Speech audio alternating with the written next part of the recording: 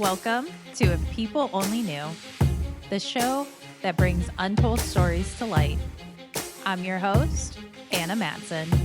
Let's get started. Welcome to the show. Thank you. You know, I said you were only going to be on the show once, but here you are. I know I'm twice. getting a second crack at it here. But this episode is about me. Yeah. Which is very typical for our marriage, right? It's Right. all about me. Yes. So I want to tell my own health journey. Mm-hmm. So many people today are like on Ozempic and everything. And I can't tell you how many comment sections I've gone to and see people say like, Ozempic is the only thing that's helped me. And I'm going to be on it the rest of my life. And I'm happy about that. Like they're happy. And I just thought to myself, like, if people only knew that there was another way. And I'm proof of that. Because so many people say like, oh, I have PCOS or I have this, I have that. And Ozempic's the only thing that can help. And it's like, I have PCOS too. And I was able to, I don't know if I would say cure it, but treat it all natural. Mm-hmm. And it's changed my life. And I just want others to feel the joy that I do today. I have more energy. I feel better. I feel more in control of my body. I'm lighter. I've lost a lot of weight. So I want others to experience this and know that there is another way. Yeah. Because I just think that a lot of people are being lied to, and it's by design. It's making Big Pharma a lot of money. Yeah. I mean, it's incredible. Just the difference in price. Mm-hmm. You know, we're paying like $1,500 a unit or something crazy as a country for these things, and like a month or something. It's like $1,000 a month, I think it is, or something. Yeah, I don't know, something outrageous, but yeah. And RFK Jr. says that we can literally give people like 3 organic meals a day instead of subsidizing Ozempic, you know, and it'll be healthier. Yeah. So just a disclaimer, I am not a doctor. Everything I am talking about in this episode is from my own experience, my own perspective. So take it like a grain of salt, I guess. Don't take it as medical advice because it is not. It is simply my story and what I've learned along the way. So verify everything for yourself. Do your own research. I will always encourage you to do your own research. Who am I? Who are you? You know. So just some people doing a podcast. Yeah. You know? So I framed it a little bit. I do have some research I want to read off of, but I didn't want this to be too planned out. I feel like when I script myself too much, that's when I make mistakes, and I don't want to do that. So for this episode, you're going to be pretty much interviewing me to make sure I stay on track. Okay. And don't get lost in my own thoughts. So let's start at childhood, I guess. I don't want to go too in detail, but basically my mom worked all the time. It was very normal for us to eat dinner at like 8, 9 o'clock. When people told me they had dinner at 5, I was like, whoa, that like, what kind of world is that? Because that was not my life. Yeah. Now, I just don't like to talk about my childhood publicly. I have no problem with like people I know, but like there's some things that the public doesn't need to know. Yeah. But it was very dark times with for me. With anyone, you know, I think that should be how people execute themselves, you know, So, I mean, I grew up with 2 parents in the household, but it was really like I grew up with 1 parent in the household that did everything. Yeah. So my mom just worked all the time. And so we relied on her to get home and cook dinner for us. And I'm very much Italian. So lots of carbs, lots of pasta. But I mean, like she cooks like good meals, you know, like it's just. It's definitely homemade. Yeah. Like she makes homemade from scratch, typically. Like, yeah, we did a lot of like roast, obviously pasta, her famous rice balls, but I mean, we didn't get those all the time, but, I just, and every time we went to my grandparents' house, my nono's house, it was always pasta, always. Or, if we went in the morning, it was always eggs. I don't know what they're even called, where you hard boil it, soft boil. Soft-boiled eggs. Yeah, yeah. And then put it on the little stand. What is it called when you hard boil it? Hard boiled egg. No, but where it's soft in the middle Yeah. still. And then we put it on the stand, have the bread to dip, whatever. Yeah. So, yeah, but always pasta when we went over there or pizza. Yes. Yeah, and that was kind of that. I grew up on cereal. So if mom didn't come home in a timely fashion or whatever have you, I always ate cereal. I could have it every single meal. I Yeah. grew up on cereal. It was just so fast, so easy. I think I grew up on like free lunch, so it was whatever free lunch was that day is what I had. Yeah. I did. So I actually, when I was in elementary school, I was like in the 99th percentile or something. They thought I was going to be super tall. They said I was going to be 6 feet tall. I grew really fast. So I think like in 5th grade, I was actually the tallest one in my class. But then 6th grade came and I stopped growing. So I'm 5'2" and I was 5'2" in 6th grade. Now in the 6th grade, did you stop eating so much cereal? No, Oh, I I always was had cereal. making a joke. No. But So yeah, and I've always been between, like growing up, I was always between 125 pounds, heaviest like maybe 135, but I didn't get that heavy very often. And it just really depended on like what season it was, because I played sports year round. yeah. So I did track, I did basketball, I did cross country, just everything. I did everything to get anything I could do to get out of the house. I did that. Yeah. Yeah. And my brothers did it too. So we all did track. So me and my brother, that was the one sport we like had together, because track is just everybody all. Yeah. There's a lot of different things and events you can do. So even different body types and whatever specialties, that there's a place for you on track and field, which is cool. So like I said, I was always around that range. I don't know. I mean, what was the next big thing? So I guess I accidentally made myself gluten intolerant. I would do some diets every now and then, even as a kid. Like I would try like vegetarian, and I would be vegetarian for like 2 weeks and then I'd give it up, whatever. So I would do stuff like that every now and then when I was a teenager. And then I decided I was going to try gluten-free. This was when I was like 16. And I actually I was in like the state student council, and there was a summer camp. And so they had chefs and they made all the food. So it was super easy to be gluten-free because I have these chefs preparing meals. It's nice. And they're making it super easy for you because, Yeah. you know.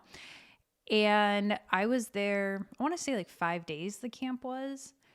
And I was like, this is not my life. I became like super like crazy. Like I got like angry a little bit because it's so hard to get off gluten. It's so hard. And You were going through like a caffeine withdrawal almost. It was like a withdrawal. Yeah. And so I didn't even last the 2 weeks. After the camp and I came home, I was like, okay, I'm done with this. And I started eating it again, cereal, whatever. And I couldn't. I made myself gluten-free. Once it's out of your system, my body was like, no, I'm good. You could see you would feel, like, I imagine something after eating it that your body was like, whoa, no, we don't want this again. Yeah. So that told me that gluten is very much like chemicals, and your body does not want them back when you get it out. So then I had to be gluten-free, and Cheerios at the time, I think, was like, we're gluten-free now. And so, like I said, I always have cereal, this and that. And where does that... I started to have a lot of problems when I ate, and I couldn't tell what it was. There was still something else other than the gluten. And I even went to the doctor. I said, can you do like an allergy test? Like I wonder if it's milk, but I don't know. And they were like, well, if you think it's milk, just don't have milk anymore. Right. And then they didn't do the test. I was like, thanks, doc. Appreciate it. So I couldn't figure out what it was. And I looked at my brother one day and I said, we're going to find out today. And I took a gallon of whole milk. I didn't drink the whole gallon, but I just chugged it from the gallon. Yeah. And then my dumb ass, I had to go to work. Whoops. I remember on my lunch break, I was like on the floor in the break room because I was dying. Yeah. But you know what? I found out it was dairy. Yep. So not only did I make myself gluten intolerant, I also made myself dairy intolerant.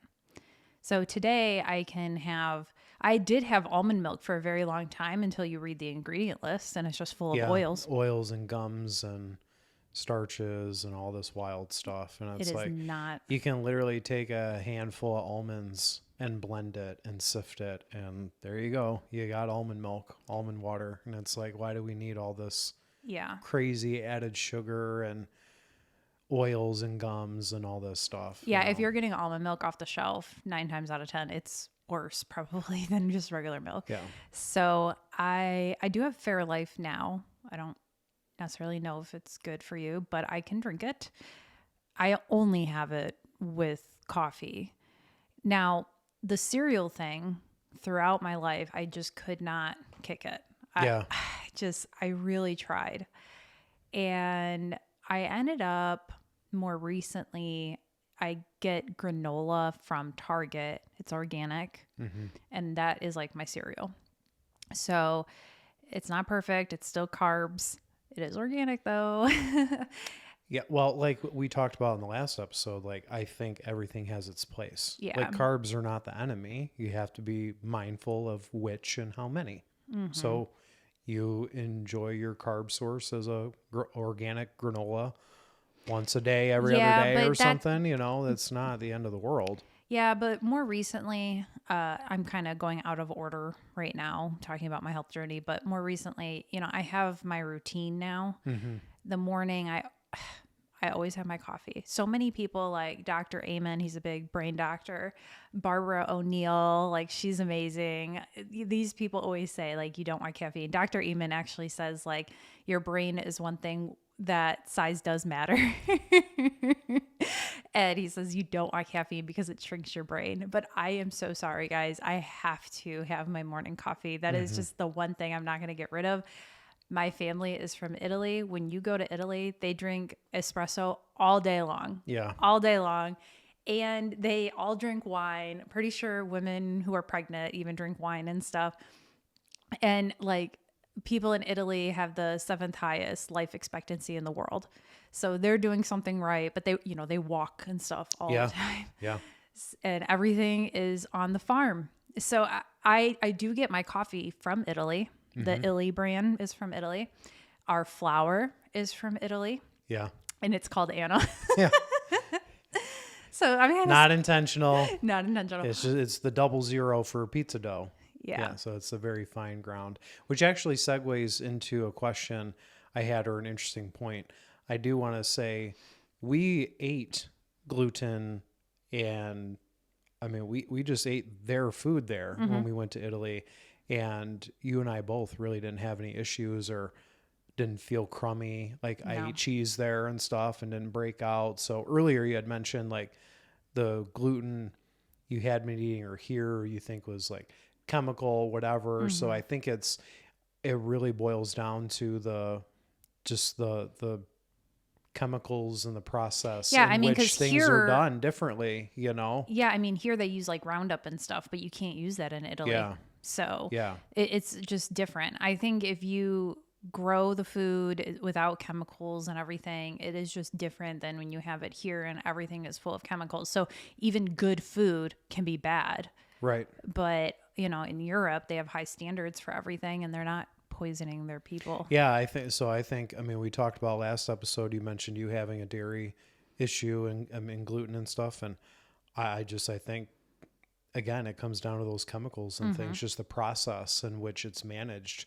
Like if we got rid of that here in this country, I think all these gluten issues, dairy issues, these long-term chronic disease and everything, like my personal opinion, like it would alleviate a lot of that. And you know, it's funny, when I was running for local office and I was going door to door, I met this one lady. She's amazing. And she invited me in her home. I talked to her for like an hour and a half.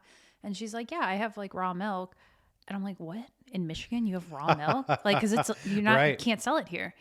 And she says she bought part of a cow and you can have raw milk from your own cow. Yeah. So she travels to go buy or to go get the raw milk. That's really cool. I mean, I think that's fair. I do understand. Like, I think raw milk is great. I wish we could have it. I understand the pasteurization, and it does come with some benefits, less people, less risk of bacteria and everything, but that is a good avenue, and I'm glad that that's legal. Well, that you and can own part of the cow and get its milk. so she offered that I can try it. And I didn't tell her I was lactose intolerant. Yeah. She just said, do you want to try it? And I'm like, sure. Cause I don't want to say no. I'm meeting this girl, like I said, I'm in campaign mode. I'm trying to talk to residents, and I'm Italian. Like, you don't turn down, like, when someone offers you food. Yeah. Cause if you offered it in your house, like, you'd be like, what do you mean? Like, you're not turning down my food, Exactly. It's like disrespectful to turn down food. So I said, yeah, I'm thinking she's just going to give me a little bit. She filled up that whole glass. I was like, oh my gosh, hopefully I don't die. And so I'm like halfway through drinking it, and I'm like, yeah, it tastes good. And she's like, and that's when I told her, like, I'm lactose intolerant. She's like, what? And sure as shit, I drank the whole thing and I was fine. Yeah. No farts. Yeah. I'd be the first to tell you. I'm blown away. So I think my experiences have taught me, or affirmed it even more. I always knew, but everything God made is good. And it's when people started coming in and fucking with shit that it became not good. Manipulating it. Yeah. Yeah. I think just man-made stuff that's where the evil comes from, when people try to play God.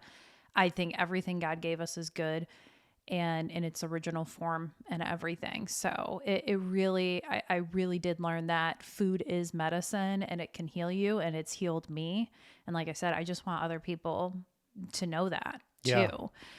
So you talked a little bit about your childhood and a little bit of like maybe our recent past. So what kind of was in between for you? We've gotten to adulthood. You figured out some of these things because you were like 16, 17. And you said you figured out like the gluten and dairy issues. And so now talk about the early adulthood to now. Like what was that like for you? So I think when I was 20, I got on an IUD. And when we met, like, I was super skinny. I look back at pictures and I'm like, oh my gosh, I was like nothing. Like, I was still like 130 pounds. And I got on an IUD, I think, when I was 20. Worst pain in my life, by the way. Side note. You were there. You had to hold me. Yeah. How was that holding me? Like, I felt terrible. Yeah. I mean, like, this is the person I plan to spend the rest of my life with and love you dearly, and you're in agony. Like, yeah.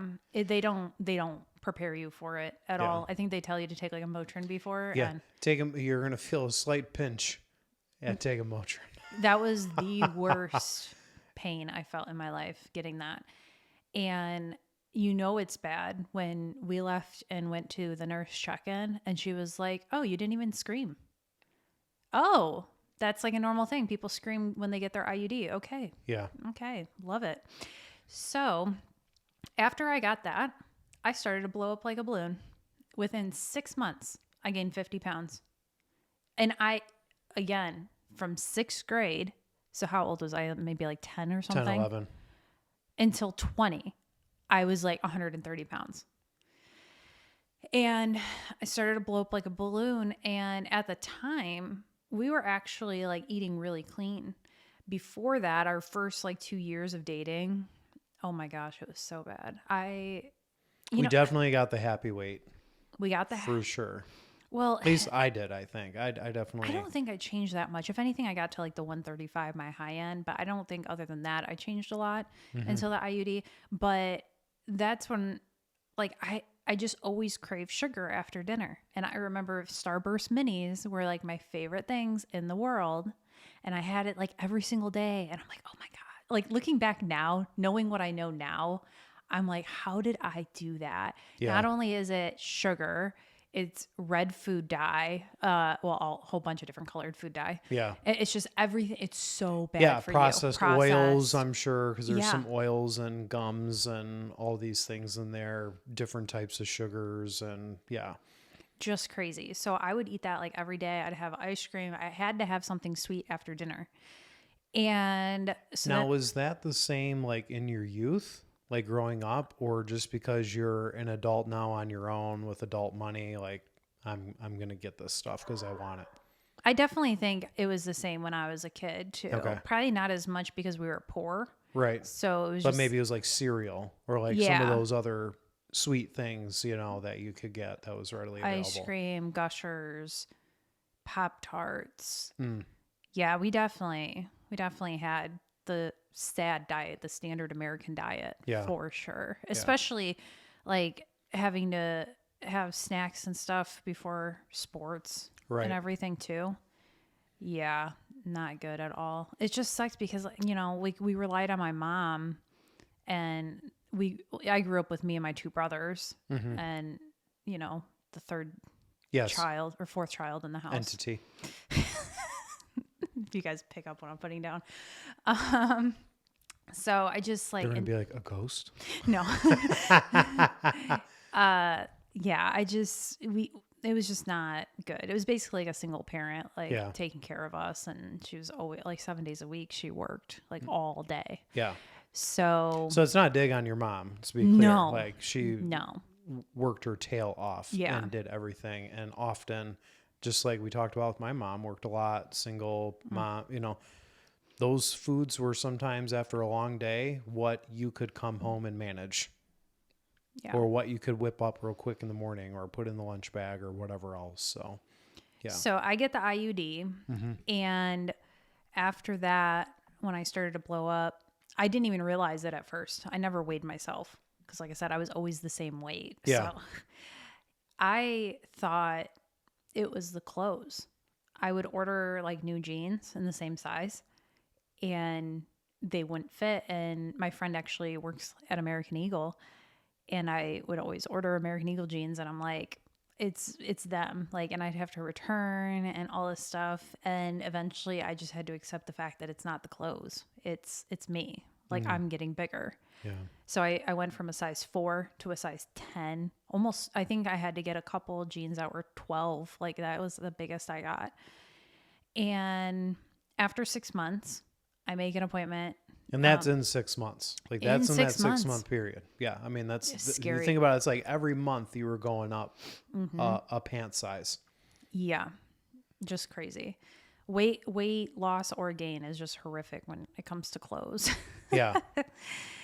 And so after freaking out for a while, when I finally accepted that it was me, that I gained all this weight, I made an appointment to the gynecologist to talk about it. And I'm like, listen, like, obviously it's the IUD. And you came with me. Mm-hmm. And I said, obviously it's the IUD. Like, nothing else has changed. And actually, we were eating healthier at the time. Yeah. Yeah. I remember making like salads a priority.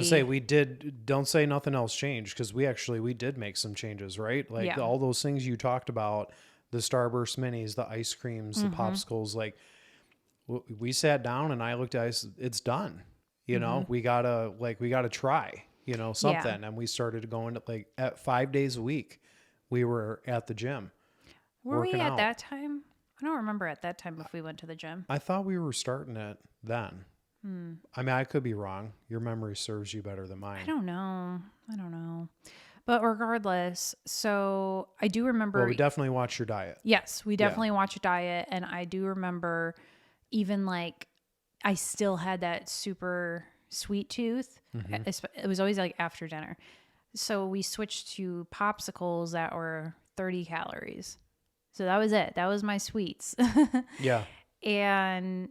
And so go to the doctor and tell her like, it's obviously like, it's got to be the IUD, like side effect. And she straight up just looks at me and is like, no, birth control does not make you gain weight. It may increase your snacking. Like you might want to snack cravings. your cravings. Yeah. but you're the one eating. You need to stop eating so much. And to tell me that after I know that I had just made a huge change in my diet, Yeah. and like it just, Well, it frustrated me too, because I knew Yeah. it's not like you went there and lied. You know, you didn't go there and say, I have done all this, whatever, and you're really not making any changes, right? Like we actively were doing it together. And yeah, it was really frustrating for me too. I remember that distinctly. so then 2022 comes around and I weighed 198 pounds. I remember seeing that on the scale and I started to freak out because I'm 5'2". Like I cannot hit 200 pounds. No way. And I feel like I thought I was doing everything right. Yeah. We would count calories every now and then. And I was always under, like they always say, 2,000 calories. For me, I remember we did the fitness tracker app. Yeah. The Under Armour one, I believe. Yeah, there was a Pal or whatever. Yeah, there was that, and there was a running app, and we would run and stuff. Yep. And we did all those things, and I could not lose weight. Well, and I remember the struggle of like, we were really trying to have you hit your calorie goal because it was like 1,400 or something like crazy. It calculated for you to like, it's like, man, that's like boiled vegetables to have any volume. Like you got to really be clean to feel satiated and be at or below that number, you know? So, And I honestly attribute a lot of my health success to TikTok, and people who have never used TikTok will never understand. A lot of people think it's just a dancing app, but there is so much good information on there. So all of these, I think it was like 2021, 2022, a lot of workout videos started coming up on my feed, and it really just inspired me to go to the gym and try out these different workouts. So I'd have a whole bunch of videos on how to do this workout, how to do that on my page saved. So we started going to the gym almost every single day in 2022. Yeah, you're right. I remember this. I remember all this now, this timeline. Yeah. So, And we only have like one Planet Fitness around. Every other gym was like $150 a month for one person. So we would try to go early at all different times. We would go at 10 p.m. sometimes, but whatever it was, like we went at least, I would say 5 times a week. yeah, for sure. We were very dedicated, and it started getting old for me because we'd spend so much time there. And I'm like, I just like don't want to live in the gym. Yeah. Because it was just like you come home from work and then we're trying to fit it in, and then like we still have dinner, and it just was our whole day figuring that out. And I just don't know. I don't know how people like do it with, most people don't even work 40 hours. They work more than that. Than like your drive. You have an hour drive to and from work. And we don't even have kids. We have fur babies. So I don't even know how people. They're a handful. Yeah. But So we started going to the gym, like I said, and we got to the point where I was lifting more than most men in the gym. Can you confirm? Do you remember? I can neither confirm nor deny such statement. You were lifting pretty good for the leg lift. Yeah, I or mean, whatever. you were doing a lot with legs. Had great. I mean, you were putting in the work regardless of the weight. We're not gonna. Who cares about the weight? But you were going to failure with a weight within the rep range. You were doing a lot on legs. I mean, like you were definitely like you were strong. Yeah, you were a strong gal. Yeah, don't fuck with me. And I have like some notes right here. So if you're watching the podcast, that's why I'm looking over. So eventually, October 2022, I go to the doctor because it's like a full year now that we're working out, and I did not lose a single pound. And I started to get really frustrated. It started getting old. I just started to give up. I felt like I was doing everything right, and yet everything was wrong. And I was just so frustrated. So I go to the doctor and I'm like, can we run blood work? I'm seeing some videos on TikTok a lot where people are talking about hormone imbalances, and I know diabetes runs in my family. And which is funny about that because I actually learned that when they say runs in the family, it's not usually genetic. It's just because of lifestyle, because your family does a lot of things I think it's together. probably a blend. I don't want to say there's Well, no genetic, type but 2 is like type 1 is different, but type 2 diabetes is from lifestyle. So yeah. it's just because you're doing the same things as your family. So, yeah, I knew diabetes ran in the family. So I was like, okay, let's get this tested. And my doctor was like, well, you can't really test for a hormone imbalance. It's really hard to do. You'd have to like check it numerous times because with women and their cycles, like your hormones can change throughout the day, even. Yeah. I'm like, okay. And I'm like, I've heard people talk about like insulin resistance. She's like, okay, well, there's nothing to test for that. And I'm like, okay. I always like crashed in the middle of the day. So I'd always have to have like some kind of drink, like whether it used to be like another coffee I would do or something. I always had to have another drink. I would do like a matcha latte or just something. Pink drink. Yeah. Usually it had sugar. Yeah. And yeah. So I go get the blood work done still.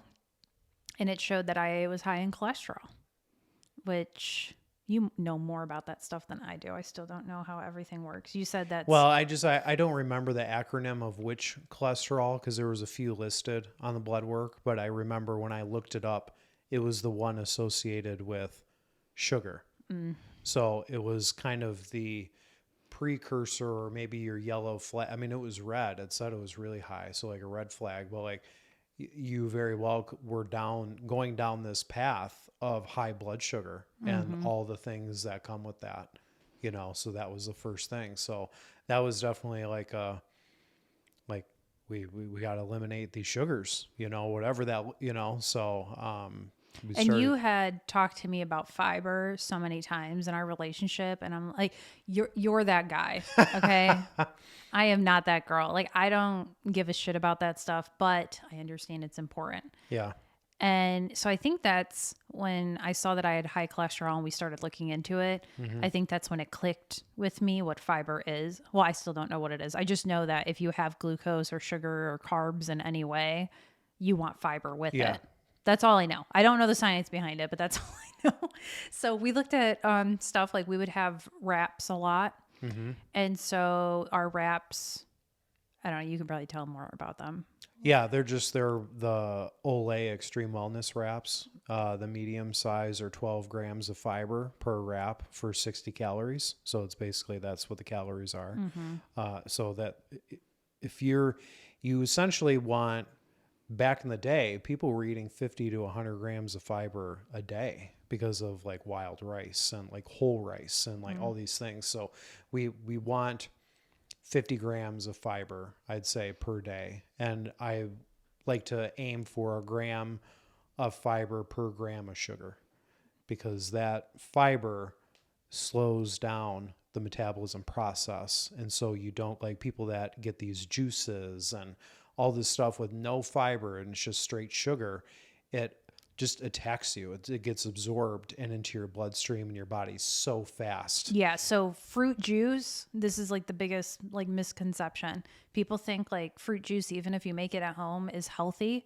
It is not, because it's stripping the fiber away from the fruit. Right. If you have carbs are sugar. They turn to sugar in your body, right?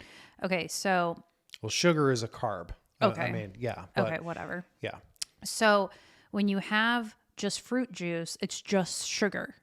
And so you're overloading your body. And like you said, it gets absorbed really fast. So if you have like the whole fruit, you have the fiber with it. Right. Other than that, like I said, I don't really know. So we just, started like looking at that. We had the wraps. If I make smoothies, I have the whole fruit in there and everything. Like in the summer, I made like celery, apple, I don't know. It was a whole bunch of stuff. Yeah. Basil, I think, was in it or something. I don't know. Yeah. A lot of stuff from our garden. Yes. A lot of our herbs from the garden and a pack of celery or whatever. And I mean, we even had celery grown in our garden. But I did not strain it or anything. So it was blended. Chunky. Yeah. It was just a blended drink. So, and one more thing I forgot to mention when I went to the gynecologist and got my blood work and stuff it was funny because, they always check your girls. And I said, I do feel like a lump right here. I don't know if you want to like feel that. And she's like, is it on the other side too? I was like, oh, I guess it is. She's like, yeah, that's muscle. Yeah. Honey, those are pectorals. Yeah. I worked out so hard. I had fucking pecs. Starting to get pecs. Yeah. Oh my gosh. I let them go now. But that's how in shape I was. But again, I didn't lose any weight. So I got bulky, but I didn't lose any weight. And I ended up getting so frustrated because this is a year of our life that we're going to the gym. And I feel like we did nothing outside of it. Like we had no life, I felt like. And so I'm like, I'm done. I'm done going to the gym. And we had talked a couple times. I don't know if we saw videos about it or something, but walking pads, you had mentioned a walking pad before. Mm-hmm. And I am like the greatest gift giver ever. So Christmas was coming up. So I got you a walking pad, but I can't get you something cool without getting me something cool. Right. So I got myself a walking pad too. So basically, Yeah, and all the dressed up versions got like nice wood plank looking, and but I'm very happy with mine. I got you a cheap one because I knew I you got the wouldn't care. cheapy all black because that's all I need. I don't need it to be all dolled up. So yeah, I knew you wouldn't care about how it looks, but mine looks really cool. So I got mine. It was funny too. It actually broke at one point, and my friend, her husband knows how to like fix some stuff. Tinker. Yeah. And I was like, if you want it, you can have it. Cause they sent me a free replacement and they literally just plugged it in and it started working again. So maybe like in transport, like some wire got pushed. Yeah, I got put back into place and whatever. Yeah. It's so funny. So funny. So yeah, at the time I was doing photography, and this is kind of like another thing. Like I probably, people are going to be like, don't self-diagnose. I know that they're going to do that when I say this, but I probably have undiagnosed ADHD. I've read books about it. I've listened to Dr. Amen. There's been other doctors I've listened to as well. And just the symptoms line up real close to what I have. And so it would take me like 8 hours at least to edit one photo shoot, like an hour photo shoot, because I would get so distracted. But when I got the walking pad and I started using that when I was editing, literally I could edit in an hour. Just crazy. So not only was it good for my health to walk, it also was good for me working as well. Made you more efficient. Yeah, it really, really did. It really changed how much I worked. So I started working a lot less.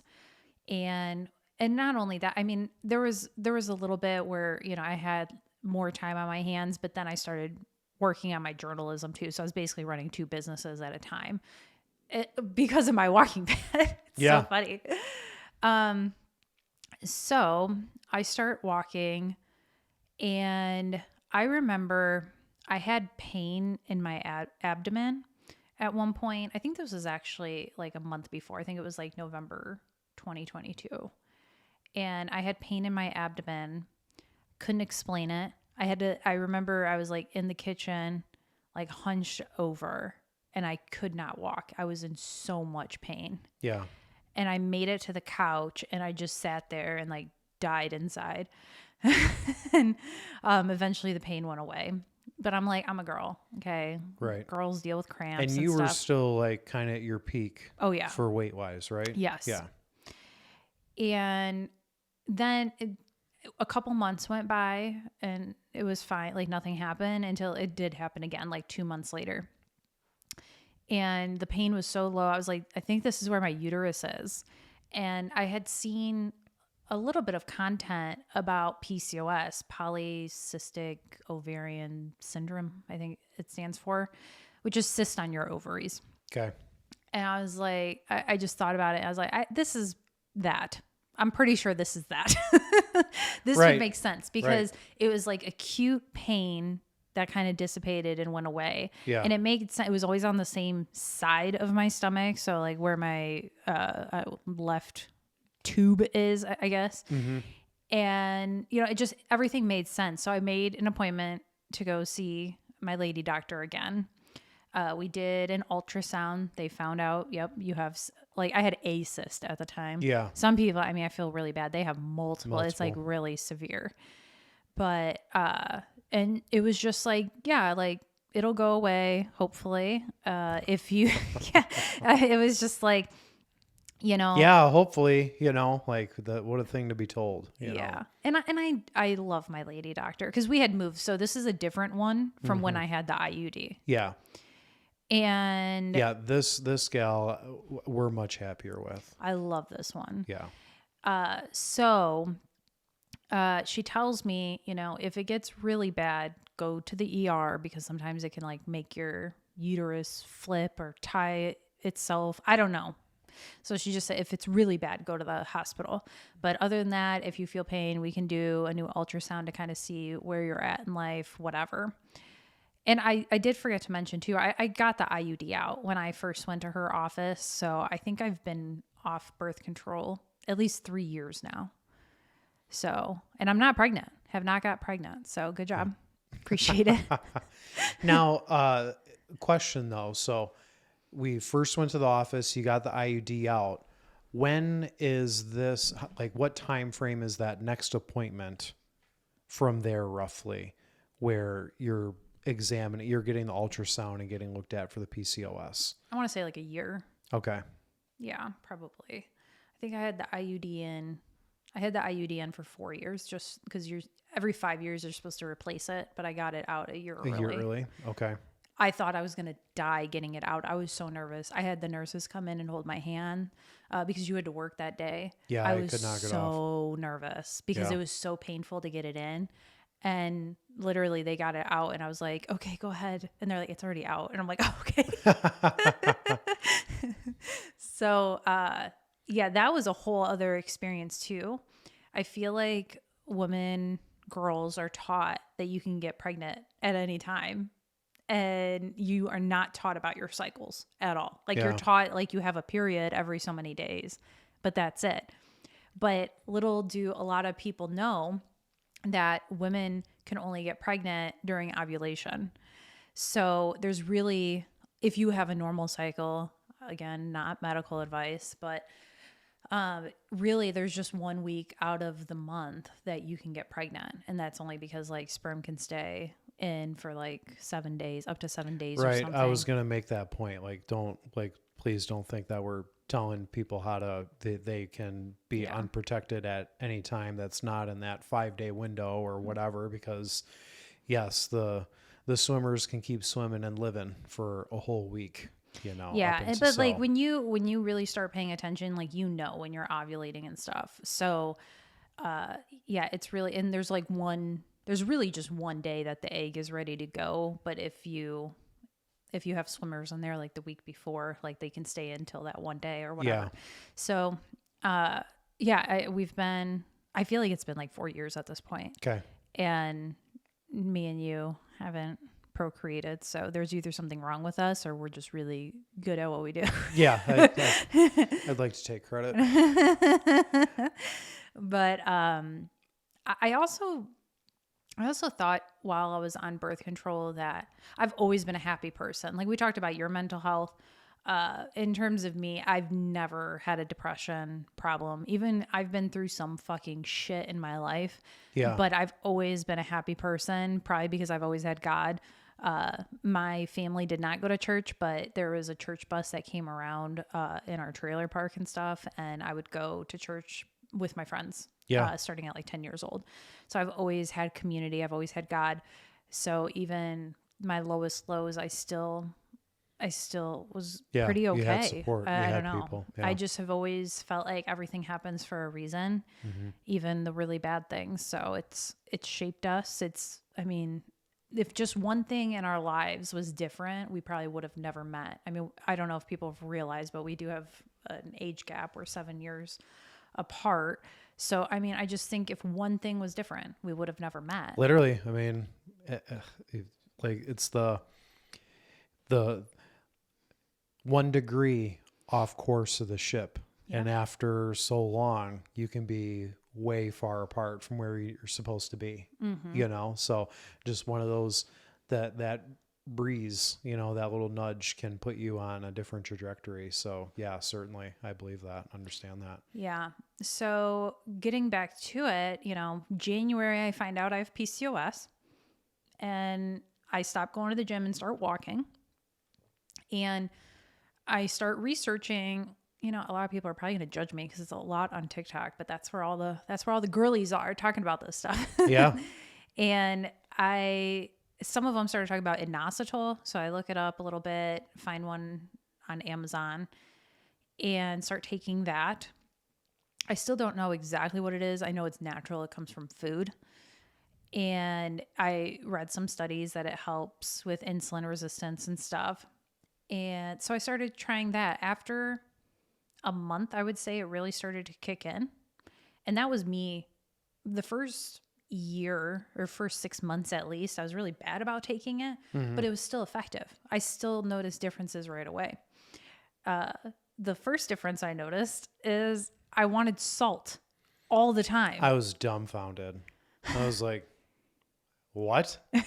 You don't think there's salt in the food? Like the same woman that would tell me everything I made was too seasoned and too salty.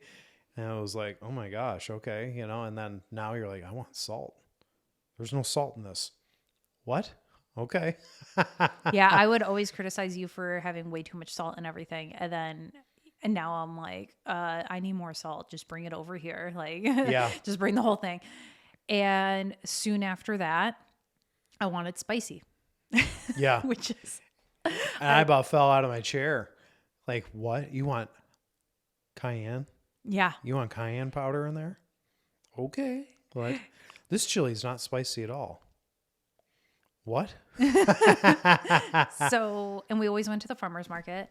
And a lot of the information I got from Barbara O'Neill as well. And she always talks about how cayenne is really good for you.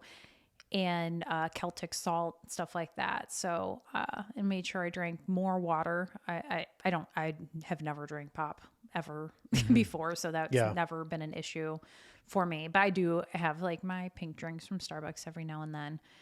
But I just started getting in the routine. But I will say, before I had my own photography business, I was in retail.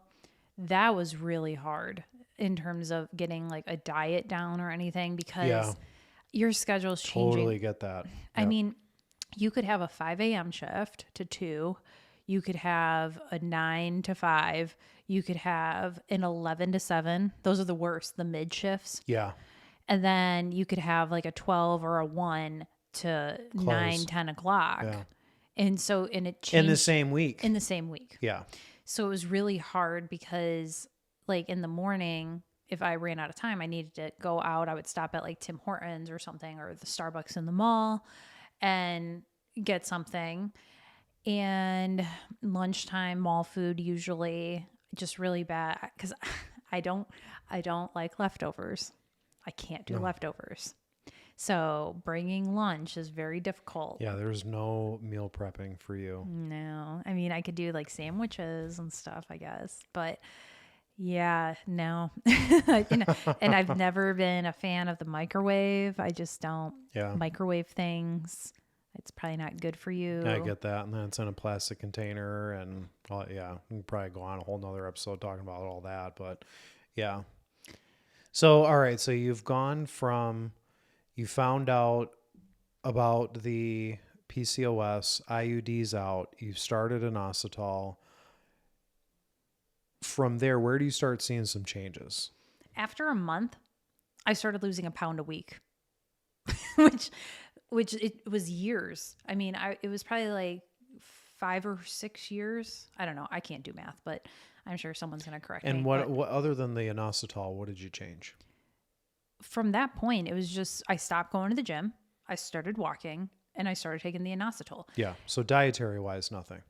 Not on purpose. Yeah. I did change things, but only because I think the inositol changed things for me. So I wasn't, all of a sudden, I didn't crave sweets anymore. Right. I remember I still was having like my 30 calorie popsicle after every dinner. Suddenly I didn't want those anymore. Yeah. I didn't care for it. And I wasn't, people a lot of times like talk about like the voice in your head or something, the cravings that people get, and Ozempic and stuff makes those voices go away. Well, inositol did that for me too. Like I took that and I didn't have the voices. Like I didn't always need food all the time. And a big thing was me just having a routine.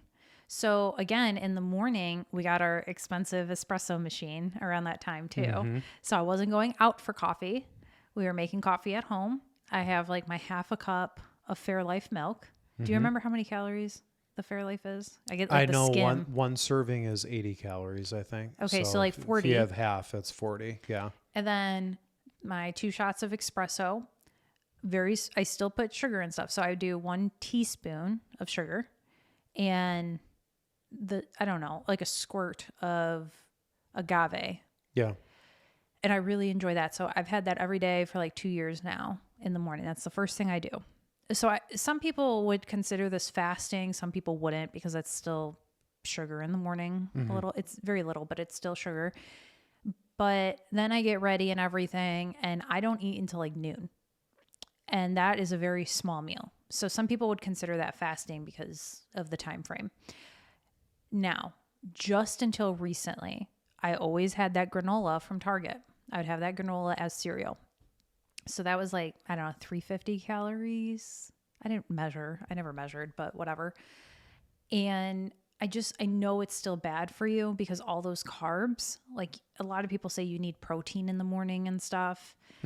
And I knew I needed to do better. And recently, I feel like there's an attack on eggs. Yeah. There is. And think about this. They told us, I don't know who told us, but someone told us growing up that you shouldn't have too many eggs because it's bad for your cholesterol. Yeah. Your cholesterol. That's the killer. And Your heart health. but what did they say about Cheerios? Heart healthy. Good for your cholesterol. Yeah. Yep. Are you serious right now? Like, think about how insane that is. This processed food is good for your cholesterol, but not eggs. No. So now in Michigan, you're only allowed to sell cage-free eggs, but we were already buying cage-free. Yeah. Ideally, we try to get pasture-raised, which is like $7.50 a carton. But up until like a month ago, I still had the granola every day. But now that there's like an attack on eggs, I feel like I need to have eggs. They're trying to get us to not eat them, so we need to eat them. So I've been good. Every single day I've been having 3 eggs instead of my granola. So that's huge. How many grams of protein in an egg? 8, depending on the size, but typically it's 7 to 8 grams. So I'm sure it's nowhere near enough protein, but it's still better than what I was doing. Right. Oh, 100%. Yeah. You know? So yeah, I mean, within the first year, no, I would say first 6 months, I got down 30 pounds, I want to say. Remember, I started at 198 and I got down to, I want to say 168. Yeah. So almost effortlessly because it just was a pound a week coming off and you were taking your supplement and going about your life. We made some general palate, changes because you weren't craving some of these things and wanted more cayenne in the chili or, whatever else, but it just started peeling off you. Yes. And it actually frustrated me. Yeah. People would tell me all the time, like, oh my gosh, Anna, you lost so much weight. You look so good, which don't ever tell people that. I'm just a big person. Don't tell people you look good because you don't know what they're going through. Yeah. It just insinuates that they look bad before. In my mind, people will probably disagree with me. It's fine, but it's fine to be like, you look good, but don't say like you lost weight, you look good. Because what happens if they lost weight because they're dealing with depression or they have an eating disorder or something like that? Yeah. You don't want to celebrate that. Like, you don't know what people are going through. Yeah, just because, for anyone watching, if anyone wants to compliment me that I look like I lost weight and I look great, please go for it. I will take all the accolades and kudos. Oh my gosh, that's so funny. So yeah, people would come up to me and they're like, oh my gosh, Anna. And they all said it about my face. Yeah. That's immediately people saw the difference in my face, which now I've learned a lot of people say, like, if you're puffy in the face, it's because of sugar. And so like I made it a priority to lower carbs, or just like I said, like have fiber with the carbs. And I'm not having as much sugar anymore, which you just want to lower sugar as much as you can. Yeah. Now, I always tell people you don't need to, well, I told my mom, like, you don't need to change your whole lifestyle. Like, my mom always gets a bagel in the morning. I'm like, okay, can you at least get like the bagel with an egg on it? Like, to get some protein. You know, like carbs, you rarely have to like get rid of carbs completely. Right. Like, but can you like pair it? Like, it's just all about balance. Now, I've learned though with PCOS that a lot of it's insulin resistance. And that is where lowering carbs or even like a keto diet can be great. Yeah. But real quick, because I'm jumping ahead a little bit. So I do have like a snippet from, where is this from? Cleveland Clinic about inositol. Okay. So this is reading right from that. What are the benefits of inositol? Your body needs inositol for the functioning and development of your cells. While research is still ongoing, people also use inositol for many different health reasons. Inositol benefits may include lowering your risk for metabolic syndrome, helping relieve the symptoms of PCOS, reducing your risk of gestational diabetes and preterm birth, lowering high cholesterol, which is what I had. Oh, my tab went away. Hold on. Helping your body better process insulin, which honestly, all the research I've done, I really think PCOS is just women's version of diabetes. That's my unofficial diagnosis, I guess. Well, I mean, I think it's probably, it sounds to me more like the PCOS is a symptom or another chronic issue related to high blood sugar and insulin resistance. Like those things it's are just a going vicious on, cycle. and then now you get the PCOS because your body's not processing these sugars, and it's a reactionary thing. Yeah. And then now you get this, and it knocks off your hormones, which it just becomes this downward spiral. And then, is inositol safe? Healthcare providers generally consider inositol safe when taken in low doses for up to 10 weeks, which again, don't quote me, I'm not a doctor, but I think they say that just because it hasn't been studied past 10 weeks. Not that it's not safe, it just hasn't been studied for them to clearly say. But from what I understand, our body actually makes inositol itself, but it doesn't make enough. So we're supposed to get some through food, but whether it's poor diet or just our food is so stripped of nutrients nowadays. I mean, like just all the processed farming, like a lot of the nutrients aren't there. So that's where supplementation, I know you're the supplement king. I'm the supplement. Yeah, I love it. But it does say some mild side effects include diarrhea, nausea, abdominal pain, fatigue, headache, dizziness. I did not experience a single one of those.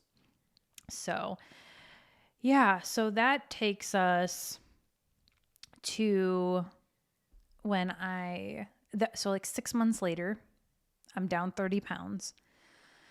I started losing my hair and I started to flip the fuck out. And people didn't even notice it because I have so much hair. Yeah. But I noticed it. Right.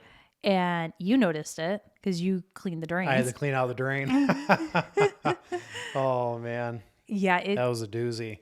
It was bad. Yeah. I really started noticing it in the shower. A lot more was coming out. And I remember like asking my followers about it. And one of them is a dermatologist. And she was like, no, it's just fall shedding. No way. I've never done this before. And my mom's a hairdresser. So I called her up. I'm like, is this like fall shedding normal? She's like, I don't think so. I mean, maybe a little bit, but like not. Maybe if you did it every fall. Yeah, but at that level, but it was substantial to you. Yes. You noticed. Yeah.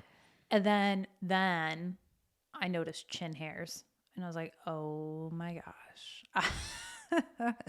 So from what I've researched, I knew that was a sign of testosterone. Too much testosterone in women and in men makes you lose your hair on top. That's why a lot of men get bald. Mm-hmm. And it makes you have hair other places like facial hair. Yeah. So it's from women having too much testosterone, which again is a symptom of PCOS because your hormones are imbalanced. And it all stems from poor nutrition in the first place. Yeah. But I knew I needed something else. Even though we were like eating the right things and all that, I knew I needed something else. So I did more research. And there's so much you can take. There's a few accounts on TikTok and I'm sure on other platforms where they go through everything that's been studied for PCOS and what can help you. So, I mean, some people even say green tea, stuff like that. I even found like spinach is good for you for PCOS and stuff. But one of them I found was berberine. And I eventually, at this point, I'm a very big research person for people who don't know me. Like I research everything and I don't just like, yes, I listen to firsthand experiences from other women and stuff and what has worked for them. But I also look at scientific studies. Yeah. So I was up at night. I was doing my research Tirelessly. at night all the time. Yeah. And I eventually just like typed in PCOS and looked at all the more recent studies, looked through those. I eventually find berberine. So I look at berberine, look at all those recent studies. And man, did it just change my whole perspective about everything. Yeah. And we're not just talking like you found some articles. Like you found Google Scholar, like peer reviewed, like pretty like accountable or like reliable information based off like medical professionals, right? Yeah. And okay, so here's one study that I found about berberine that really changed my perspective on a lot of things. And it was actually in terms of, I think the study was more so looking at diabetes. So I want to read some of it. I am just going to apologize now because I'm sure I'm going to mispronounce things. I'm not a doctor, so this is we'll figure it out. We will figure it out. Okay, I have highlighted some stuff. So long-term practice of anti-diabetic treatment, such as insulin administration or oral intake of insulin, I don't know that word, is a risk factor for the development of several types of cancer, including liver, pancreatic, breast, and colon cancer. So when I read that, I was like, what? A lot of treatments for diabetes cause cancer. So you're getting treatment that's how I take that sentence. Like I said, I'm not a doctor, but that's how I read that.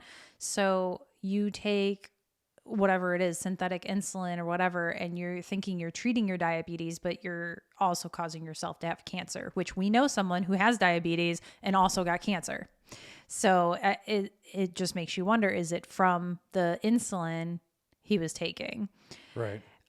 And I didn't link the study here, but I looked up berberine and cancer, and there's plenty of articles that show that berberine can kill cancer cells. So when people joke that people joke, but it's not really a joke, that there probably is a cure to cancer out there and, it's just not profitable. So they probably off those people. I don't know if you can say it cures cancer. I don't know because I'm not a doctor or whatever, but maybe there's some potential there. I think a lot of it stems from their inflammation causes a lot of problems. Yeah. So inflammation alone, like PCOS, inflammation, all these carbs can cause insulin resistance, which causes PCOS. PCOS, a lot of women who have PCOS end up having cancer. So it's just a vicious cycle. Mm-hmm. And so you're telling me, when I read that, I was like, you're telling me these drugs that make Big Pharma billions, trillions of dollars cause cancer. But then you have berberine that potentially can cure cancer. And this study shows that it can help treat diabetes as well. Yeah. Like, are you kidding me? But here's the kicker. The same company that's making that product to treat the diabetes, that's then potentially, based off of how we're interpreting this, leading to higher cancer rates, is also providing cancer treatment, medication and products. Yeah. Yeah. And it's like, why don't they tell you about berberine? Because it's natural. Can't patent it. Right. So we get berberine for like $20, $22 for 90 capsules, take 2 a day. Okay, that's not profitable for Big Pharma. But you know what is profitable? Ozempic. Well, a forever patient. Yeah. Yep. Okay, so what else do I have here? Insulin resistance is the common clinical feature of diabetes characterized by reduced or non-responsive of peripheral tissues such as muscles, adipose, and liver for glucose consumption, even in the presence of adequate insulin. So diabetes is insulin resistance. PCOS is insulin resistance. And that's why I'm like, maybe PCOS is just like the women's version of diabetes. Who knows? And from what I understand, it talks a lot about the AMPK pathway. I'm sure people are going to correct me so hard, but from my understanding, what this is it reads how much sugar is in our body to release the insulin. Okay. So this is where my brain really started churning.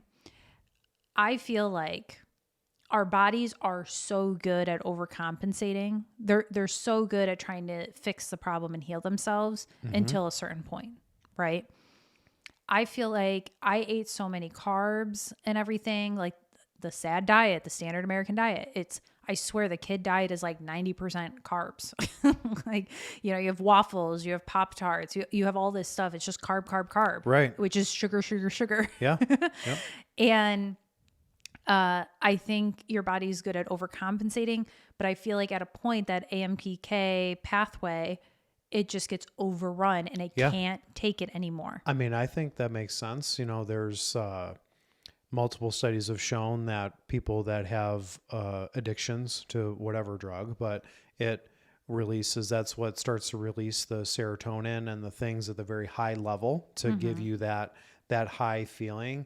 And that's why it starts to take more and more and more to get that, to just feel okay, even at a point, because that part, it just shuts down because you've now exhausted it from overworking it so much, it doesn't naturally produce it anymore. Just like, you know, people that take testosterone or human growth hormone, like your body stops producing it because you're introducing it in other avenues and too much. And so, yeah, like it absolutely makes sense that it would be overworked and overstimulated to the point it fails. So this is what I think happened. I think that I always had too much glucose in my body.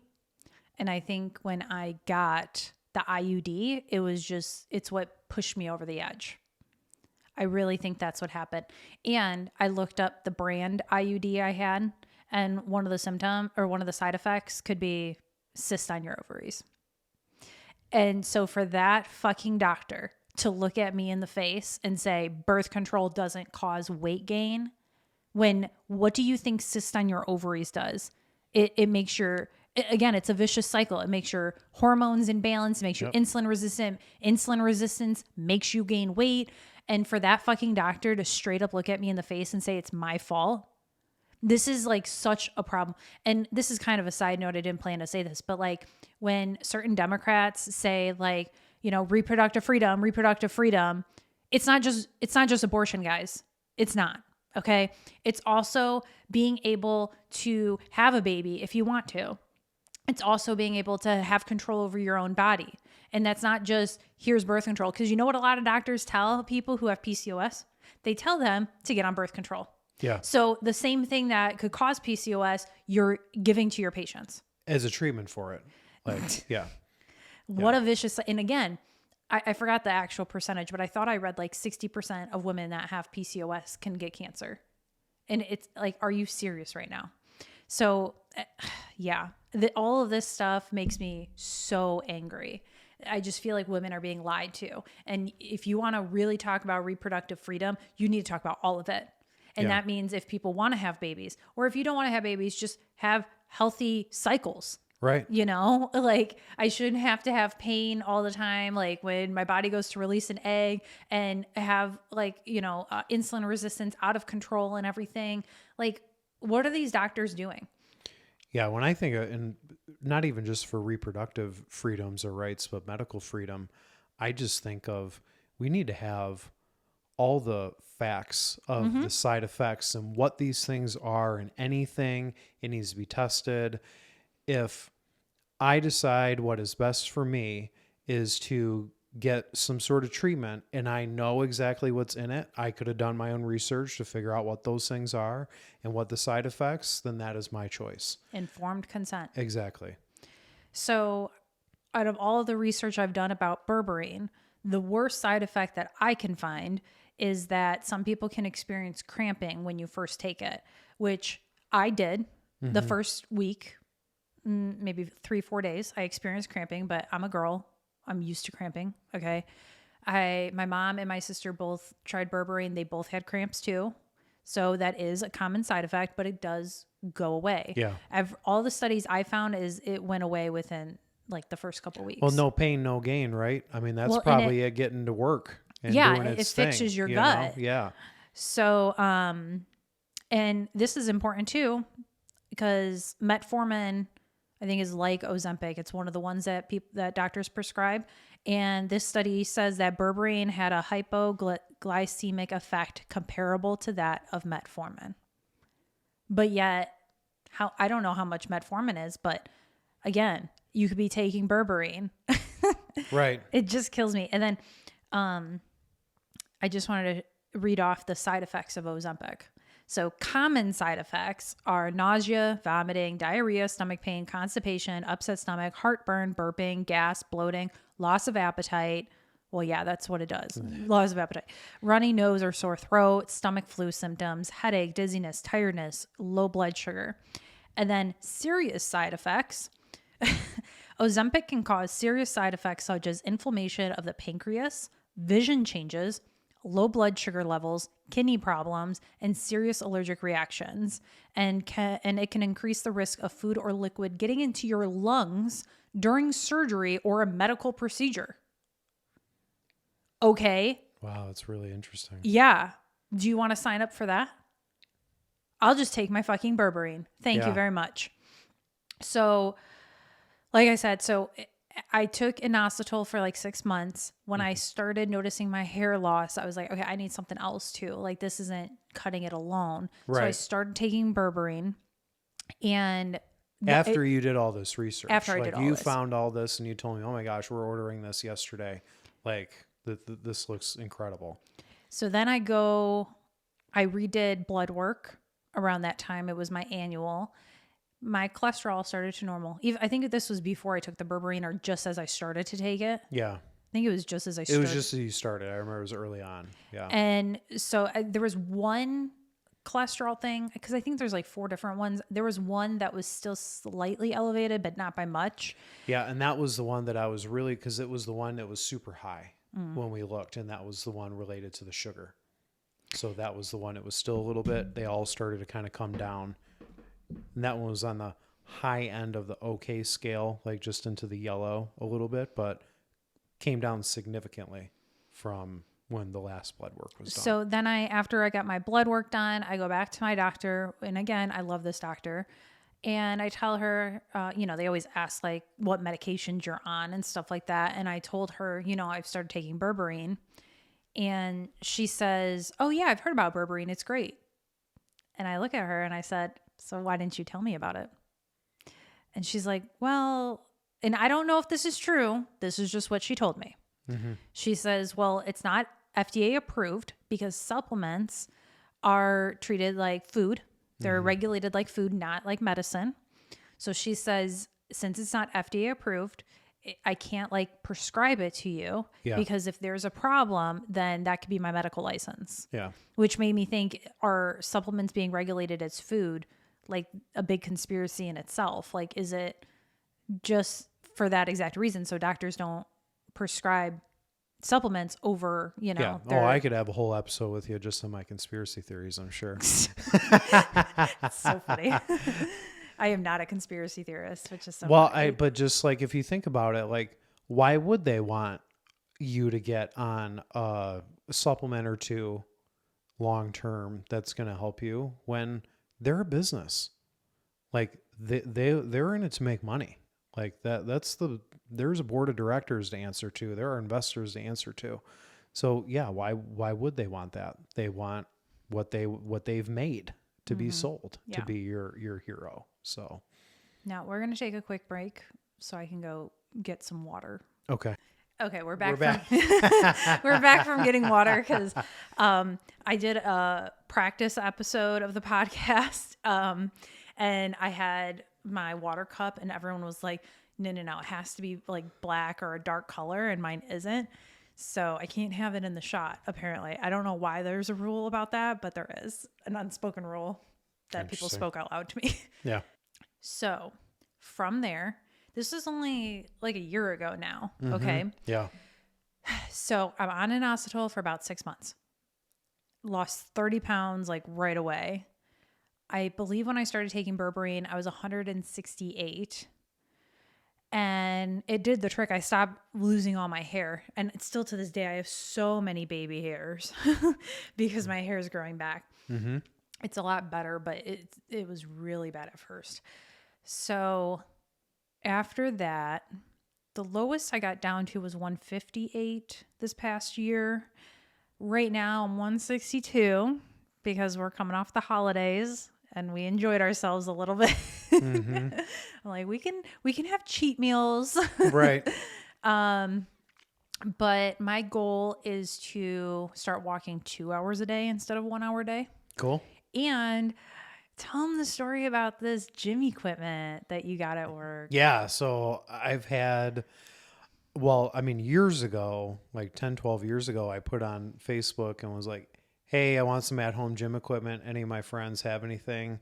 And a guy I went to high school with was like, yeah, $150, come pick it up today. So I got a bench squat rack and a set of 45 down to 5, everything, a curl bar, like pretty good deal. I mean, especially even then, but today that's like unheard of. So, but I'm at work and I'm at headquarters. I'm not there often at that time. And I'm helping move stuff around. I open the door to this one room I've never been in and like hit something. And I look and it's like, oh my gosh, this is beautiful, brand new cable machine, weight cable machine. It can adjust and do whatever. It's got a pull-up bar, and it works off of weights. So you put your plates on, and that's that what the weight that it uses. And I was like, oh my gosh, like what are these guys using this for here? Like who got that? And so the CEO's coming around, and he's like, yeah, I want it gone. Like no one's touched it since I bought it. Like we need this space, like we're doing stuff. And I was like, well, I'll buy it from you. I want it. And like, at the time, I was looking for one. Yeah, we really wanted one. Because Planet, they just had a remodel too. And it's so hard to go there still. They expanded. Yeah, I mean, they expanded and they added, it's beautiful. They did a great job, but just the one around us that one is so busy. It's like always busy I've gone at 5 a.m. and had to wait for the thing that I needed. It's like, are you serious? Yeah, but I loved, I lost my pecs. Yeah, you really like the cables for the pecs workout. Yeah, so I wanted the pulley machine back, and man, was it meant to be. Yeah, so I was like, well, I'll buy it. Like, I'll take it home today. Like, I will buy this. And he was like, at first he was like, all right, well, I'll figure out whatever we paid and, we'll take 25% off or whatever. And I was like, well, I know what this thing's worth. I don't know if I can pay that, whatever. And come back later and he was like, you'll take it today? Yes, it will be gone today. $200. And I was like, really? Yeah, $200 if you're taking it home today. Yeah, and that thing's like $1,400. Like all the attachments, like with it, like all this cool stuff. And so, yeah, I mean, just like I fortunately work for really great people, really great company. And he was just like, you just do so much for us. Like, so I just want you to have a really good deal on this. And so, took it home and now we have it. And yeah, I mean, like we literally can do everything with it. I mean, there's nothing we miss out on between those two things.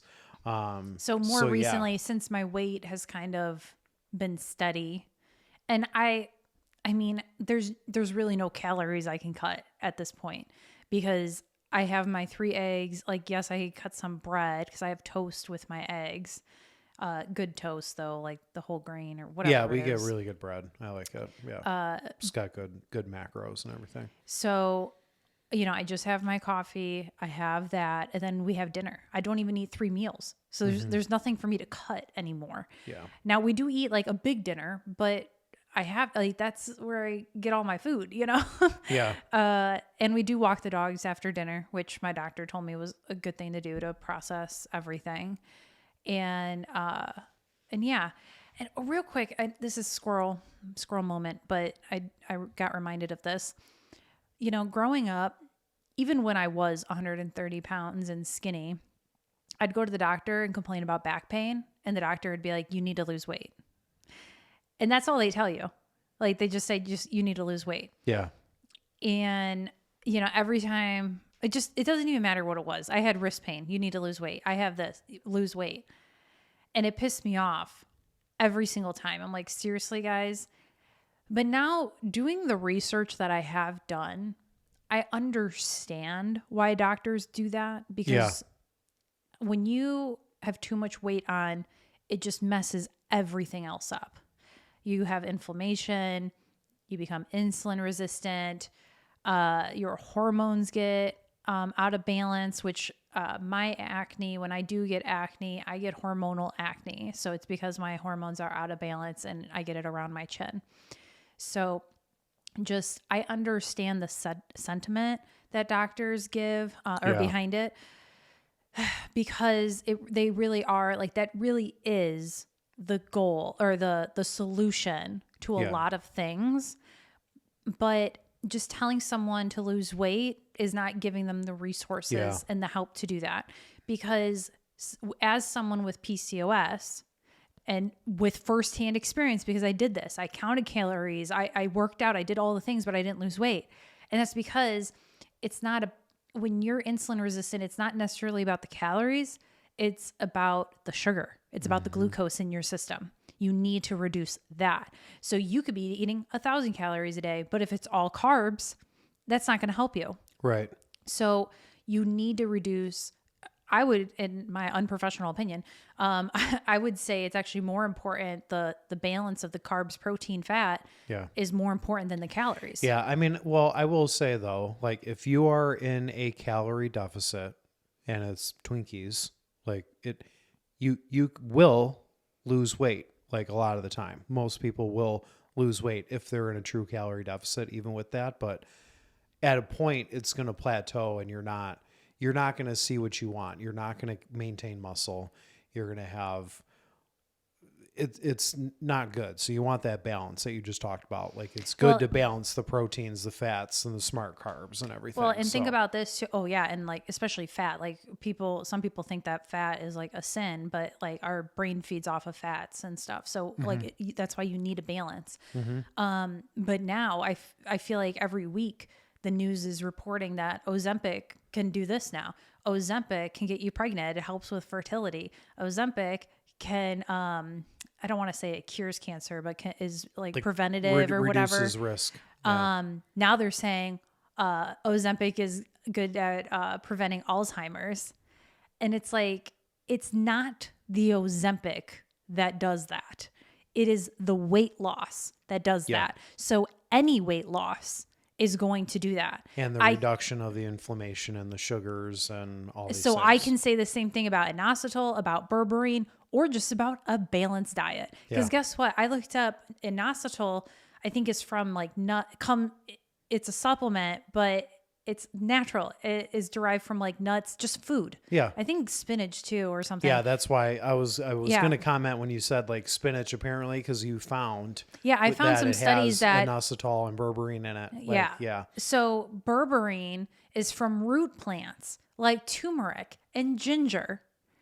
And so really, like, even though I take these supplements, at the end of the day, a balanced, colorful diet is really what can save everything, And so that's why I have changed my perspective on so many things these past 2 years, just doing my own research. And, I like I said, I still love my OB because that's one relationship that Like it's very personal, obviously. But, and she, like I said, every time I go there, she, instead of just saying you need to lose weight, she's so kind about it. She's like, you know, I have a nutrition program I run, insurance covers it. You're in a group, there's accountability. That's the way to do it. Yeah. Now, unfortunately, fortunately, I found her when I already, you know, started losing the weight and stuff on my own. Like I started doing my own things. Yeah. But imagine I had her instead of my first OB that just told me it's your fault. Wanted to give you tools. I didn't say this either. When I first saw my new OB and I told her about what that first OB told me, that the birth control made me gain weight, she was like, of course it does. It's hormones. Yeah. I literally started crying in her office when she said that to me. Because you weren't crazy. I wasn't crazy. And I thought for years I was crazy. Yeah. And like that no one listened to me. And she just affirmed what I knew. And it's just crazy. So to find a doctor like that, like she's not perfect by any means, but like she's my girl and she better not leave me. But, so yeah, like I said, I'm like 162 this morning. And we're going to start doing all these things. I want to start resistance training. And so that's where the workout machine from work. Oh, and you also found out that there wasn't even weights at work. Yeah, like it didn't occur to me at first, and I came to my CEO later and had a laugh, and I was like, that thing, you needed weights to use that. Mm-hmm. I'm like, there were no weights here. what was anyone doing with this thing? So yeah, we had a good laugh, but yeah, I had the weights already and all that. It's just, it really worked out. So I'm really happy that we have that. It's so awesome. And I'm not like going to go back to what I used to do. I'm not going to do every day. I've been doing like 2 or 3 times a week with you, and that's been fine. And like I said, I want to kick up my walking to more like 2 hours a day. And just the more I've researched and everything, it's really, walking is key. I mean, it really is. Like back in the day, people exercise through work. Like they were hunters and stuff like that. Like they were always on the move. In Italy, we watched this one show. Do you remember what it's called? It was something about centurions, and it was on Netflix, I think. Like it was going to all the places of the most people who live over 100. Yeah. And one of them was in Italy. Yep. Sardinia. Yep. And the common theme through all of the places that they visit is everyone walks everywhere. Like it's just in their normal routine. And they still have carbs, but they have carbs that are free from chemicals, and they have sourdough that colorful plates, variety. And another thing was they all had community. That was one of the biggest things, all in their own way. They had community. And that's so, so important. Like, especially with like when you age, like you have to have people around you.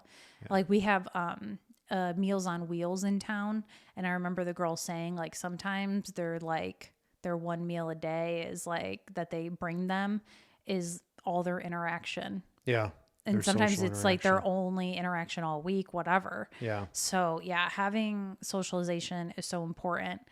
And I mean, at this point, I just want to live off the land. I want more land so I can grow my own food. Finding RFK Jr. has been really changing too. He made a video with someone saying that you don't need chemicals. You need more life. If you have weeds or you have bugs in your garden, you don't need to add chemicals. You need to add life. So he talked about ladybugs and how they eat the bad bugs in your garden. Mm-hmm. So we ordered ladybugs. Yeah. We did 2 rounds. 2 rounds. Yeah. And they flew all around the neighborhood.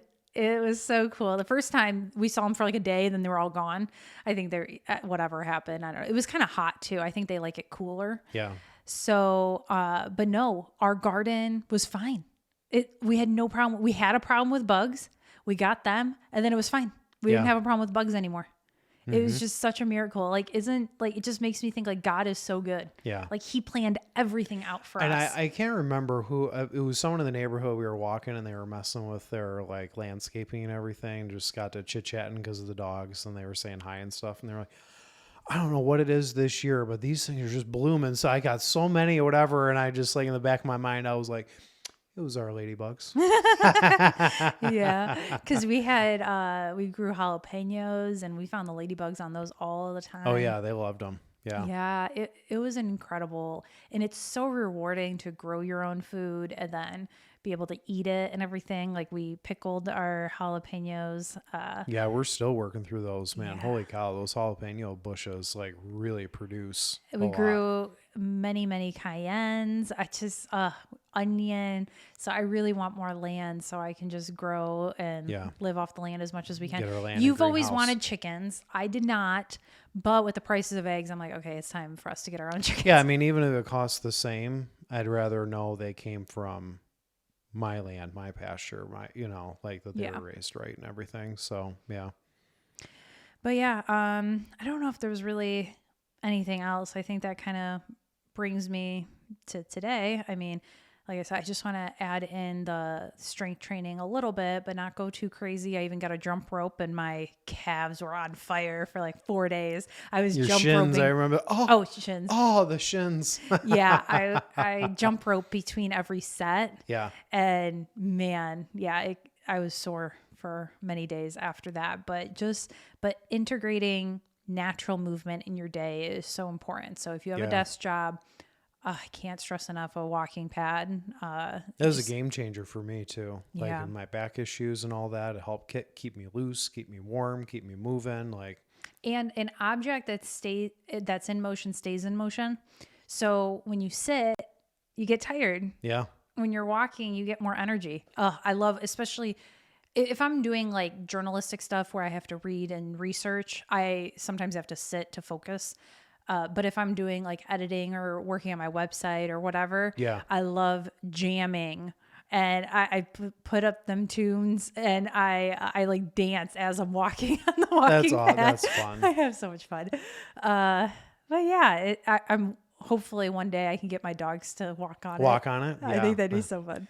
So, all right. So you've shared with us a lot of your health journey, through your whole life and everything. So like what is your purpose in sharing that with everyone? Like, what do you hope for people to gain from your story? Well, I just think because, especially because I named the show, if people only knew, I'm like, if people only knew there was another way. Like everyone and their mom is on Ozempic nowadays. And it just hurts my heart because you can just see, I don't know if you can, but I can see when someone's on Ozempic. Like they have like Ozempic face. I've heard of it. I've seen it. Well, I knew about I've it. seen that more in like celebrities and people that really shouldn't be on it, but they have the money to like kind of get it, and whatever. And they were maybe already in okay shape or whatnot, but wanted to do that next like thing or whatever. And yeah, like they've got pencil legs because they've stripped their muscle and their faces sunken in, like malnourished. Yeah, it looks like, pretty bad. Yeah. So I just wish people knew that there was another way. And I'm not like paid by anyone, Yeah.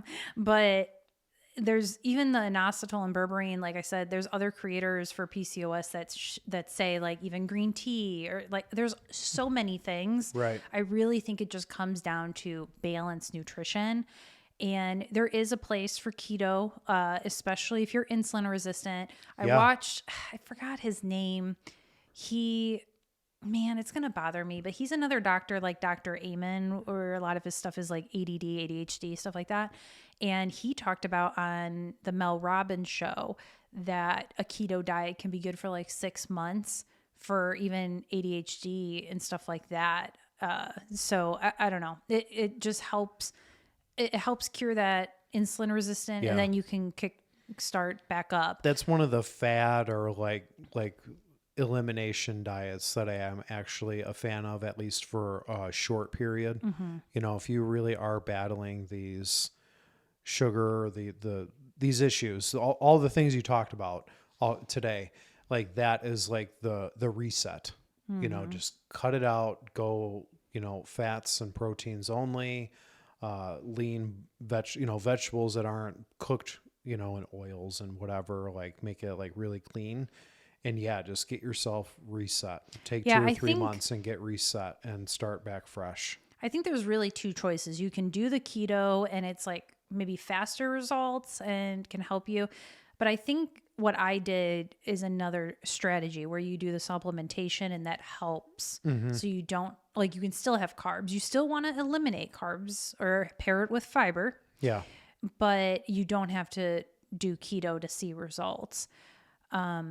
So yeah, I mean, that's what I want to share. I just, like I said, I just feel like so many people are being lied to. I just want people to know that there's another way. Losing weight is really important. And the way you can do that is really balance. I can't stress that enough. Fiber, learn what fiber, I don't even know what fiber is, but all I know is you have it with carbs and you're good. Yeah. You want to have fibrous, lean protein, high fibrous foods. So like that way your body can slowly process your food. You have better energy release throughout the digestion process. You have better gut health because fiber helps with your gut health, prebiotics, probiotics, all those things. But yeah, ultimately the goal is that you want a slow burning digestion so that the sugar isn't a big spike. And And going back to what I said at the beginning, I used to have the problem that midday I would have these awful crashes. Yeah. And how would I overcompensate for that? I would just have more sugar. I would have a sugary drink. And so it's just the sugar hits you hard, but makes you tired after. Yeah. And like there's sugar in so many things that people don't realize, like, like bread, like all these carbs you said sugar is carbs. Well, it's gonna, It like, turns to if you glucose. have a bread or anything that has carbohydrates in it without fiber, it's gonna metabolize quickly. Yeah. Because there's nothing to slow it down. And then you get all of a tired sudden after. you get this shot, this blast of like, okay, all right, I'm feeling good again. I got my mid-afternoon slump, but then all of a sudden now dinner, the same thing. And like you eat more, it processes quickly. You get hungry more quickly. You eat the same things. And it's just always this high on the blood sugar. And then it leads to that your insulin can't keep up and all these things. So yes, fiber, lean proteins, healthy fats are all super important for helping to balance those spikes and having slow digestion. So Yeah. So I don't personally think people need to be on Ozempic the rest of their life. I think it's just really dangerous. There's some serious side effects when there's alternatives. And a big thing for us is that we really do not have processed foods. Yeah. So we hardly shop inside the aisles at a grocery store. If we do, I mean, we get like beans and stuff. say it's beans for like chili. I mean, and that's Yeah. loaded with fiber and whatever. And usually it's pretty clean. There's only like 10 ingredients on the can. In the typically. summer, we buy most things, probably 90% of our groceries from the farmer's market. Yeah. And probably 10% from the store, like my Fairlife milk, whatever have you. So what we get from the store, we go to the Italian market.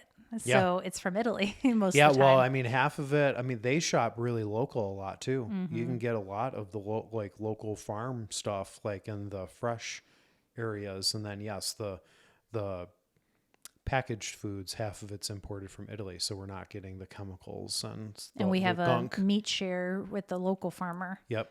So yeah, next thing I want to do is try to get some raw milk.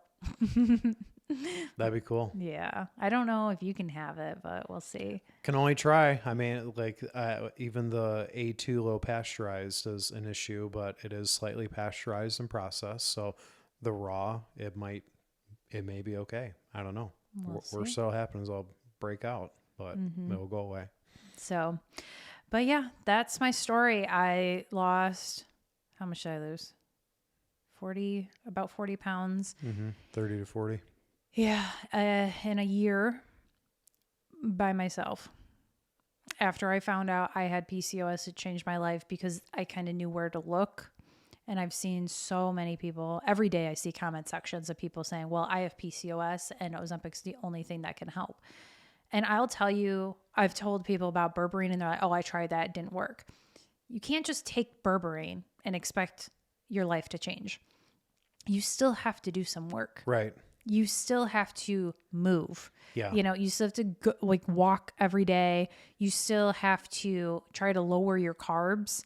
And like there's people on Ozempic that don't lose weight because Right. they're still eating like crazy. Yeah. Like Ozempic works because it upsets your stomach, so you don't want to eat so much. Well, it's just, it's like they want to take these GLP-1s or the berberine or whatever, but then still go and have their 8-ounce glass of orange juice with their cereal and their bagel and and their morning coffee with their 3-4 pumps of sugar and whatever. And it's like, dude, you're putting in 100 grams or more of sugar at breakfast and expect this thing to just But I was negate that all person. that. But I was that person because I didn't know any better. I get that. Like you think like fruit juice is healthy, you think, or if you're counting calories, like I said, I had the cereal, but I would still count that as part of my calories. And if I'd be within my calories, I thought I was fine. But little did I know I wasn't having any protein. Yeah. And I wasn't having enough fiber and stuff. So you think you can be doing the right thing. And I really have a lot of sympathy for people because I was that person. I Right. thought I was doing everything right. Like I said, especially like when we first met, like when I was having Starburst minis every day, like I come a long way from that and I still wasn't losing weight. I went to the gym every day, and then that's when I gave up and I started losing weight easy by barely doing anything, just a little bit of research, Yeah. and taking a supplement. Like, it's like, come on. So you need to do the right things and maybe take some supplementation, but you can't take supplements and do the wrong things and Right. expect it to help you. Yeah. And I will say too, some people, if you don't see results right away, well, that's not realistic to see results. Like I said, when I started taking inositol, it took a month for me to see, like, for it to really start to kick in. Yeah. And yeah, so it's just, you can't take it and think it's going to be a miracle. And sometimes it's not necessarily about weight. It's about what it's doing internally too. Because remember, my cholesterol went down after I started taking inositol. So even if I didn't lose weight, it's still, all your numbers started to regulate Yes. and get better. And there are different body types. Mm-hmm. There are men, women who are long distance cross country runners that are in great health. And then there's other that are professional bodybuilders and have more fat on them and whatever, but they're like that. It's just, they're athletic, there are different forms and version of body type. And so it's not always what's on the scale is the measure of health. Yeah. Do you have a decent BMI index? Do you have good numbers? Like, is your blood sugar at a good spot? Do you have good vitamin mineral levels? Like, all your cholesterol, is that all where it should be? Like, that is a better measure of health, in my opinion, than just what's on the scale. Yeah. So a lot of information, but I hope it inspires someone to ask some questions at least. Like I said, nothing is medical advice. I'm not a doctor. I'm just a researcher. Anecdotal experience. These are Yes. just your life experience, what worked for you. Yeah. And I will say, I do have a friend that told me that she never had consistent periods ever. And I told her to start looking at these supplements. She started taking inositol, and Shersha had regular periods ever since. Wow. And now she's pregnant. So, and she dealt with infertility for a long time. So it really makes me sad too, because one person that I know, she was trying to have a kid, and she had endometriosis though. Okay. So I don't know the difference really from your levels perspective. I don't know if it's insulin resistance. I don't know. I just know that that's another reproductive health. It's definitely more severe issue. than PCOS. Yeah. And she had such painful periods that she ended up getting a hysterectomy before she had another kid. And this was like right when I researched berberine and everything. And I felt so awful because I felt like if I only knew sooner, maybe I could have helped her. And it killed me. And that's why I don't know how these doctors look at themselves in the face. Yeah. It just kills me because there are things that can help that are clinically proven. It's not even that, some people like to say beef tallow is not proven on skin, even though it's been, used for thousands of years, whatever. But like inositol, berberine, they have been studied and they have been proven effective, especially for fertility. So I don't know if it would have helped her, but I just thought to myself, like, maybe if only she knew. If only she knew. Could have tried. Could have tried. Could have tried. So my story has really inspired this show. Yeah. And a lot of other people's stories that I can't wait to tell. So amazing. So hopefully people enjoyed this show. Thanks for coming on. Thanks for having me. You'll never be on again. No, I'm just kidding. Fair enough. No, this has been enjoyable. You'll maybe have one another episode sometime. We'll see. But yeah, thanks for listening, guys. Yeah. Have a good one.